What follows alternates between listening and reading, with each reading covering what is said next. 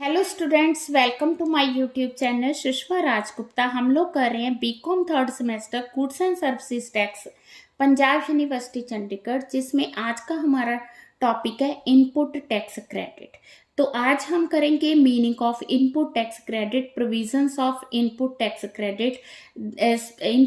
Credit in special cases and utilisation of input tax credit. चलिए शुरू करते हैं।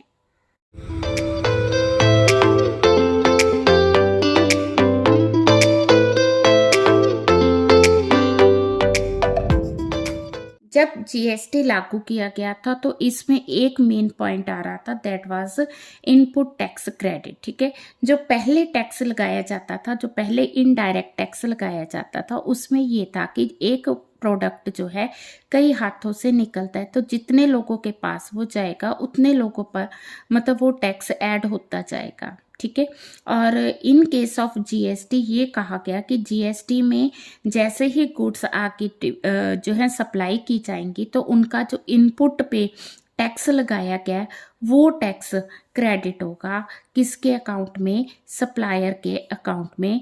तो कहने का मतलब ये है कि जो सप्लायर है उसने जो गुड्स परचेज करने पे टैक्स पे किया है उसका उसको क्रेडिट मिलेगा। क्रेडिट मीन्स उसको बेनिफिट मिलेगा, उतना टैक्स उसको कम पे करना पड़ेगा। कैसे, वो मैं आपको एग्जाम्पल से करवाती हूँ।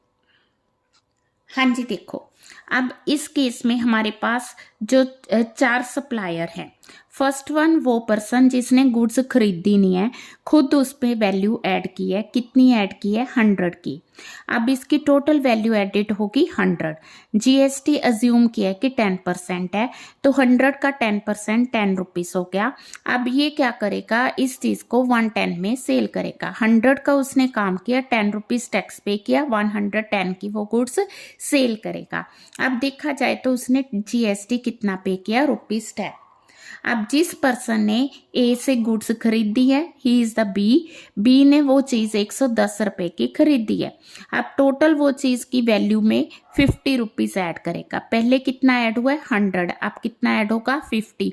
टोटल वैल्यू एडिड कितनी होगी? 150। 150 पे टैक्स लगेगा 15 रुपीज।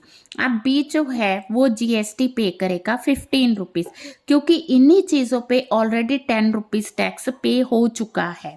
तो वो जो 10 रुपीज टैक्स ऑलरेडी ए ने पे किया है इन चीजों पे, उसका इसको क्रेडिट मिलेगा। ही विल हैव टू पे ओनली ₹5। नेट टैक्स पेबल कितना होगा? 5 रुपीज। इसने गुड्स पे वैल्यू ऐड की प्लस इसने टैक्स पे किया, तो इसका सेल प्राइस 165 हो गया। अब 165 में 15 रुपीज टैक्स है, 150 रुपीज वैल्यू एडिड है। इस पर्सन ने भी उस गुड्स में 40 रुपीज की वैल्यू ऐड कर दी। टोटल वैल्यू ऐड कितनी होगी? 190 रुपीज। अब जो टैक्स लगना है वो इस वैल्यू पे नहीं लगना, जितनी वैल्यू ऐड की गई है उस पे लगेगा। तो टैक्स कितना लगेगा? 190 पे 19 rupees. Total value of the product is 209। ठीक है, अब 19 रुपीज जो इसको टैक्स देना पड़ रहा है सी को, उसमें से 15 रुपीज ऑलरेडी ए और बी मिलके दे चुके हैं टैक्स, तो वो इसको क्रेडिट मिलेगा। ही विल हैव टू पे ओनली ₹4। इसी तरह ये 209 रुपए की चीज डी ने खरीदी है, जिसपे 19 रुपीज ऑलरेडी टैक्स पे किया जा चुका है। 30 रुपीज इसने वैल्यू ऐड की, 220 टोटल वैल्यू एडिड होगी। ठीक है जी, अब इस पे टैक्स बनेगा 22 रुपीज और इसका सेल प्राइस होगा 242। ठीक है, अब इसका जो 22 रुपीज इसने टैक्स पे किया, ऑलरेडी 19 रुपीज पे किया जा चुका है, जिसका इनको टैक्स क्रेडिट मिलेगा। ही विल हैव टू पे ओनली ₹3। तो इस तरह से ये इनपुट टैक्स क्रेडिट है जो ऑलरेडी पे किया जा चुका है, उसका क्रेडिट मिलना मीन्स उसको माइनस करना, that is called input tax credit. It means credit allowed of tax paid on input. समझ के? तो फिर आउटपुट टैक्स क्या है? It is tax paid on the output. Input tax credit कहाँ पे अवेलेबल होगा? It will be available on taxes paid on input. अगर हमने input means any good other than capital goods used और intended to be used by supplier. Supplier उसको use कर रहा है, दैट इज कॉल्ड इनपुट। कहाँ पे यूज कर रहा है, इन द कोर्स और फर्दरेंस ऑफ बिजनेस, बिजनेस को आगे बढ़ाने के लिए वो यूज कर रहा है, या ड्यूरिंग बिजनेस कर रहा है। पहली कंडीशन है कि गुड्स कैपिटल गुड्स नहीं होनी चाहिए। दूसरी कंडीशन है यूज्ड और intended to be used by supplier होनी चाहिए। Third is in the course of business और फर्दरेंस ऑफ बिजनेस होनी चाहिए। ठीक है, तो इसके लिए ज़रूरी नहीं कि जो इनपुट है वो फैक्ट्री में रिसीव की गई है, ज़रूरी ये है कि यूज्ड बाय सप्लायर होनी चाहिए। रिसीव होना ज़रूरी नहीं है, यूज़ होना ज़रूरी है। इसी तरह इनपुट सर्विस क्या होती है, इनपुट सर्विस वो सर्विस है जो कि सप्लायर यूज़ कर रहा है इन द कोर्स ऑफ बिजनेस और फर्दरेंस ऑफ बिजनेस। ठीक है, कोई भी सर्विस हो सकती है, सप्लायर यूज़ कर रहा है, यूज्ड इन द कोर्स और फर्दरेंस ऑफ बिजनेस है। Third input tax credit capital goods पर भी हो सकता है।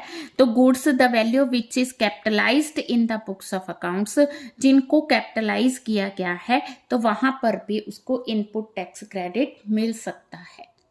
हाँ जी, अब कौन कौन सी कंडीशंस है, अगर किसी सप्लायर ने आईटीसी यानी कि इनपुट टैक्स क्रेडिट अवेल करना है तो उसके लिए पहली कंडीशन है कि उसके पास possession of tax paying documents, ठीक है, उसके पास टैक्स पेइंग डॉक्यूमेंट्स का होना जरूरी है। ठीक है, कौन कौन से इनवाइसेस हैं, invoice issued by supplier of the goods and services, invoice issued by the recipient, a debit note issued by the supplier, bill of entry और similar document prescribed under custom act, revised invoice, documents issued by input service distributors. हाँ जी, second condition है receipt of goods services और both. Registered person को तभी input tax credit मिलेगा अगर उसने गुड्स और सर्विसेज ऑलरेडी रिसीव की हैं। फॉर एग्जाम्पल, कोई पर्सन है, उसको जुलाई में गुड्स का इनवॉइस मिल गया, गुड्स उसको अगस्त में मिली हैं, तो वो इनपुट टैक्स क्रेडिट कब ले सकता है, अगस्त में ही ले सकता है। सेकेंड पॉइंट है गुड्स रिसीव्ड इन इंस्टॉलमेंट।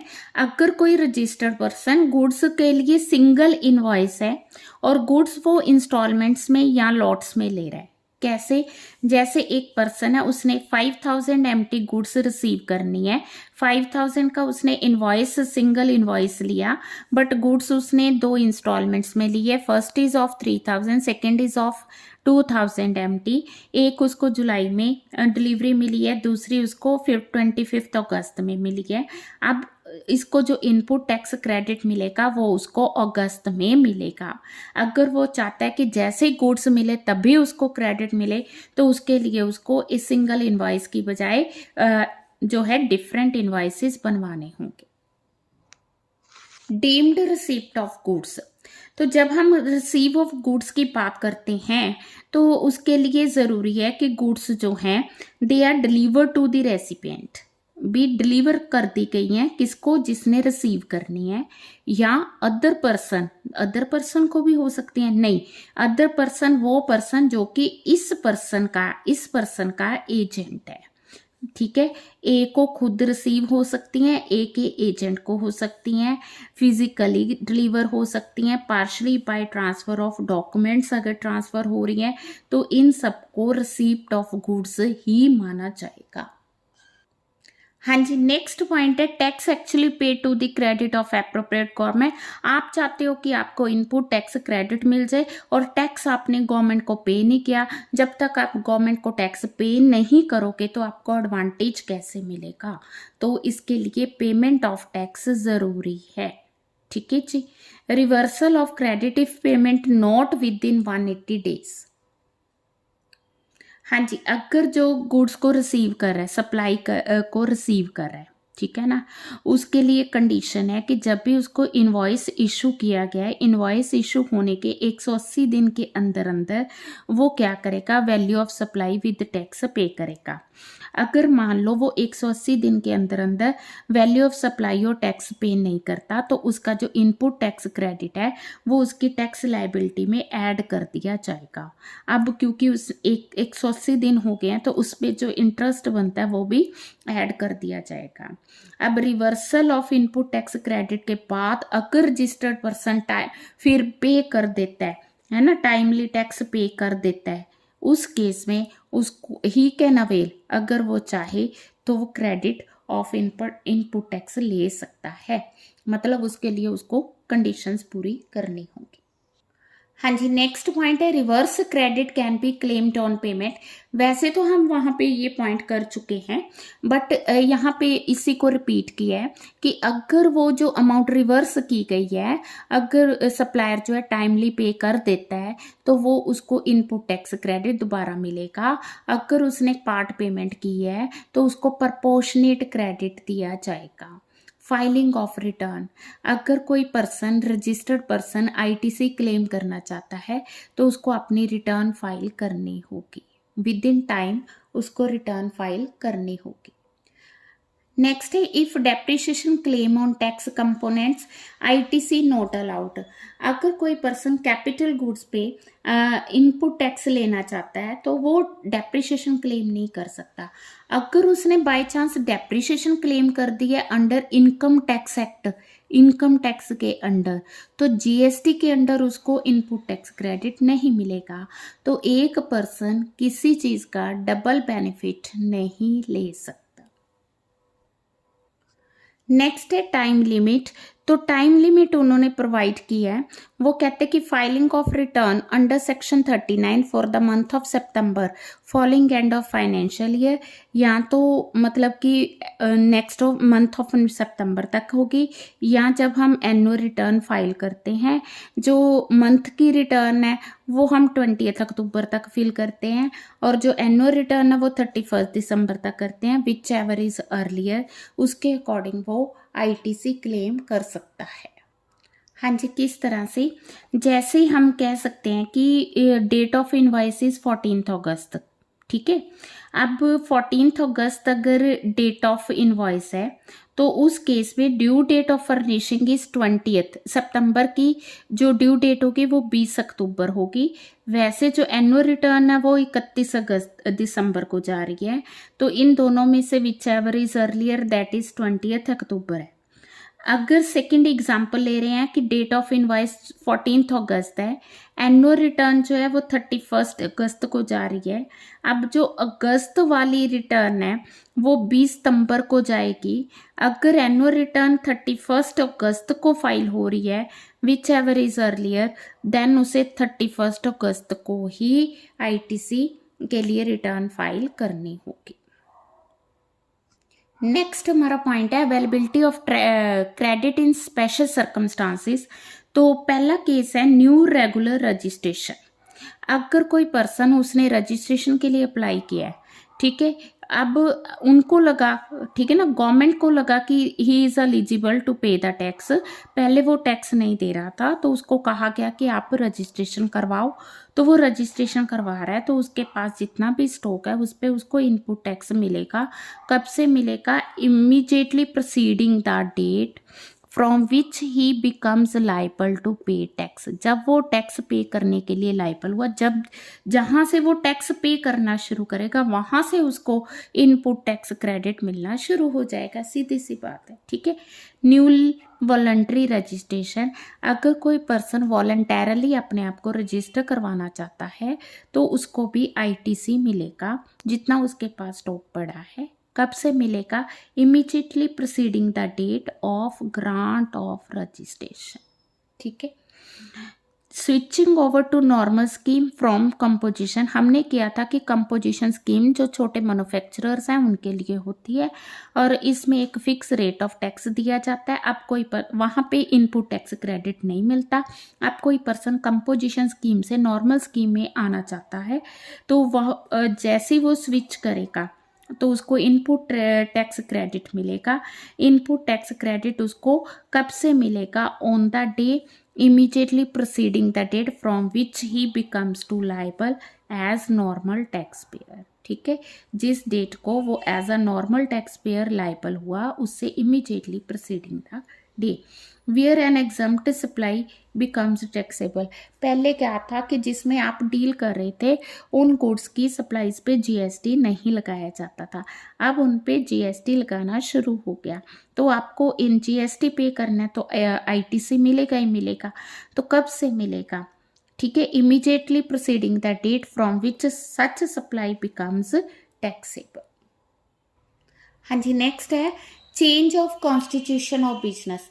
अब अगर किसी पर्सन का कॉन्स्टिट्यूशन ऑफ बिजनेस चेंज हो जाता है, यानी कि वो सेल कर देता है, मर्ज कर देता है, डीमर्ज कर देता है, तो उस केस में जो आईटीसी है वो किसको अलाउ किया जाएगा? जिसको उसने बिजनेस सेल कर दिया। पहले वो ट्रांसफर्ड पे कर रहा था, अब ट्रांसफररी पे करेगा। Switching over to composition from normal, अब रिवर्स हो गया, अब हम लोग नॉर्मल से कंपोजिशन में जा रहे हैं, तो उस केस में आईटीसी जो है, जो उसके पास स्टॉक में गुड्स पड़ी हैं और कैपिटल गुड्स पड़ी हैं, उन पे आईटीसी कैलकुलेट किया जाएगा। और जिस डेट को उसने ऑप्शन चूज की है कि मैं जो है अब कंपोजिशन में जाना चाहता हूँ, उस डेट से paid on the day immediately proceeding the day, ठीक है, तो एक दिन पहले तक का उसको इनपुट टैक्स क्रेडिट मिलेगा। Supply of capital goods or plant and machinery on which ITC indicator. In case of supply of capital goods, plant and machinery, amount equal to veiled minus reduction, ठीक है, उसमें reduction दी गई है as prescribed in the rule shall have to be paid, ठीक है, 5% less करके वो पे किया जाएगा। हाँ जी, हम बात कर रहे हैं इनपुट टैक्स क्रेडिट की। इनपुट टैक्स क्रेडिट मिलेगा। अब वो जो इनपुट टैक्स क्रेडिट होता है ना, वो किसी भी सप्लायर को कैश में नहीं मिलता, वो उसके अकाउंट में क्रेडिट हो रहा है। इनपुट टैक्स क्रेडिट, क्रेडिट मतलब उसके अकाउंट में क्रेडिट हो रहा है, ठीक है। तो अब उसके अकाउंट में जो पैसे क्रेडिट हो रहे हैं, तो उसको हमने यूज कैसे करना है? तो अंडर CGST एक्ट, ठीक है, अब जो पैसे उसके इलेक्ट्रॉनिक क्रेडिट लेजर में पड़े हैं, तो वो अगर तो वो इंटीग्रेटेड टैक्स के पैसे हैं, तो इंटीग्रेटेड टैक्स को फर्स्ट वो यूटिलाइज करेगा। अब मान लो कि मेरे को इनपुट टैक्स मिला है 10,000 रुपये और इंटीग्रेटेड टैक्स के अंडर मिला है, तो उसमें से मान लो मेरा इंटीग्रेटेड टैक्स बन रहा है 8,000।